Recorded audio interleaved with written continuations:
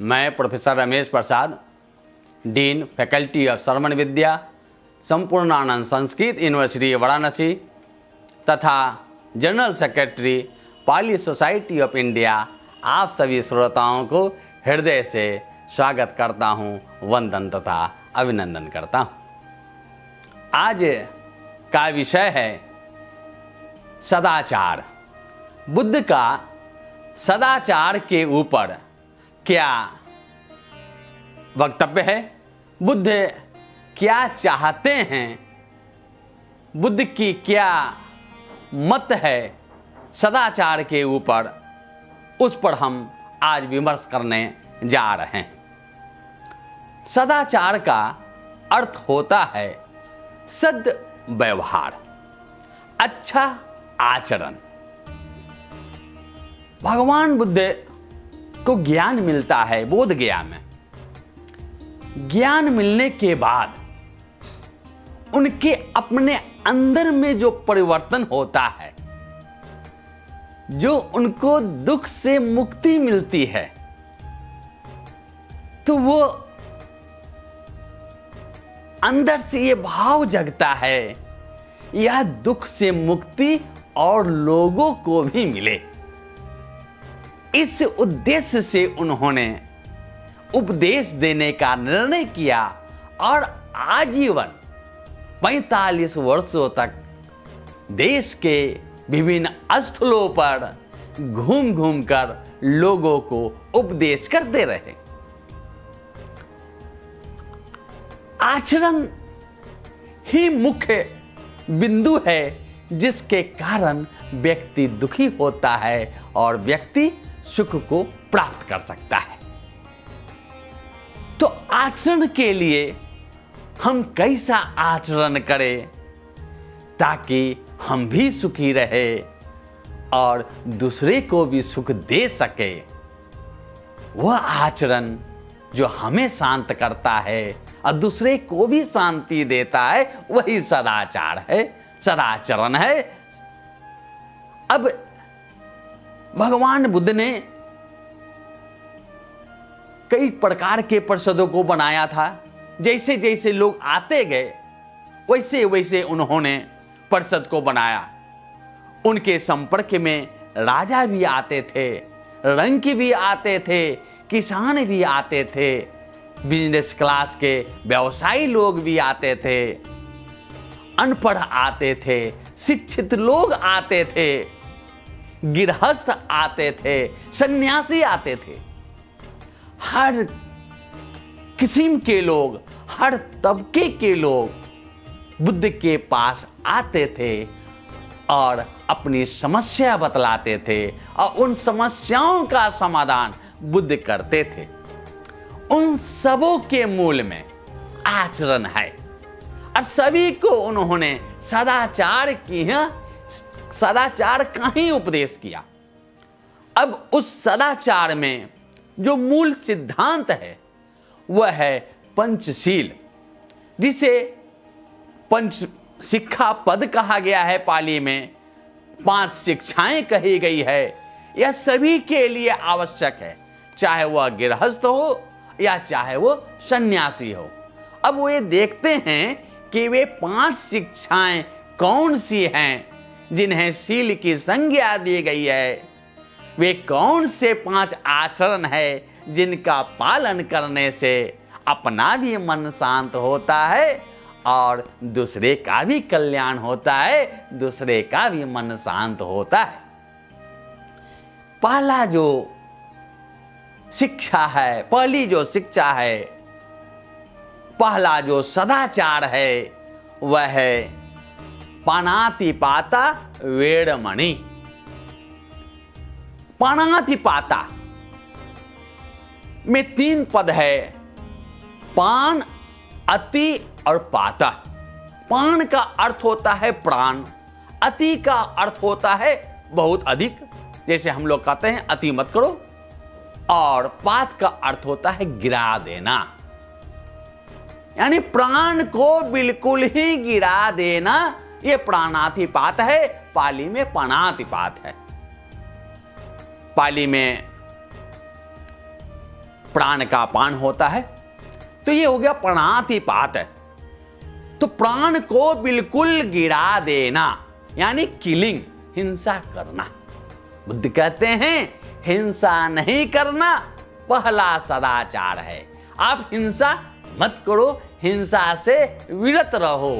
तो पहला जो शिक्षा पद है, पहला जो सील है, जिसको भगवान ने कहा है पानातिपाता वेड़मणि शिक्षा पदं समादियामि, मैं प्राणी हिंसा से विरत रहने का शिक्षा देता हूं। तो हिंसा मत करो। अब हिंसा भी 3 प्रकार की है। हम मन से भी हिंसा कर सकते हैं, वचन से भी कर सकते हैं और काय से भी कर सकते हैं। जैसे कोई काम कर रहे हैं, मच्छर दिख जाता है, मक्खी दिख जाता है, कोई कीड़ा मकोड़ा दिख जाता है, उसे हम मार देते हैं, ये कायिक हिंसा हो गया। कोई व्यक्ति है जिससे हम द्वेष करते हैं, उसको हम कहते हैं हम तुमको देख लेंगे, हम तुमको छोड़ेंगे नहीं, हम तुमको मार देंगे, वचन से हिंसा हो गई। और एक हिंसा मन में विचार आता है, मन में प्लान बनाते हैं हम उसको मारेंगे। तो बुद्ध की जो अहिंसा है वो मन तक गई है। कहते हैं मन में भी वो भाव नहीं जगना चाहिए कि हम किसी का अपमान कर सकें, किसी का हिंसा की बात कर सकें। सोचना नहीं है, कहना और करने की तो बहुत दूर की बात है। जब मन में हम सोचेंगे ही नहीं तो वह वचन से प्रकट नहीं होगा और वह काय से हम उस कार्य को नहीं कर पाएंगे। कार्य से, उस ऐसे कार्य से हम विरत रहेंगे। धम्मपद भगवान बुद्ध के उपदेशों का बहुत अच्छा संकलन है, उसमें नैतिक उपदेश भरे पड़े हैं। वैसे धम्मपद में 26 वर्ग हैं, 26 चैप्टर्स हैं, जिसमें ऑल टुगेदर 423 वर्सेस हैं, 423 गाथाएं हैं। और पहली गाथा हम देखते हैं, मनोपुबंग माधम्मा मनोसेट्ठा मनोमया मनसा चे पदुठ्ठेन भासती वा करोति वा ततो नंग दुख मनवेति चक्कंग वह तो पद। इसको हम लोग हिंदी में देखते हैं, इसकी कुछ व्याख्या करते हैं। मनोपुबंग माधम्मा, पुब बने पूर्व हो गया, गमा मने गमन करने वाला। मन पूर्वगामी है। किसमें पूर्वगामी है?